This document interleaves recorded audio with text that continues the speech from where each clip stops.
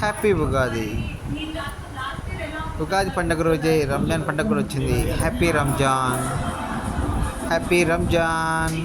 ఉగాది పండుగకు ఉగాది పచ్చడి చేసుకుంటాం. అందులో మామిడికాయ, వేపపూత, వేపపూత యొక్క రెక్కలు మాత్రమే వేస్తాం. ఆ రెక్కలు ఎలా తీసామంటే ఇలా తీయాలి చూడండి, ఇవి మాత్రమే వేయాలి. తర్వాత కారపొడి కొంచెం వేయాలండి. ఇంకా చింతపండు జ్యూస్, రుచికి సరిపడినంత ఉప్పు, తీపితనానికి బెల్లం, ఇవన్నీ సమపాలల్లో కలిపి ఈ విధంగా ఉగాది పచ్చడి తయారు చేసి ఆస్వాదిస్తే ఆరోగ్యానికి మంచిది. జై శ్రీరామ్.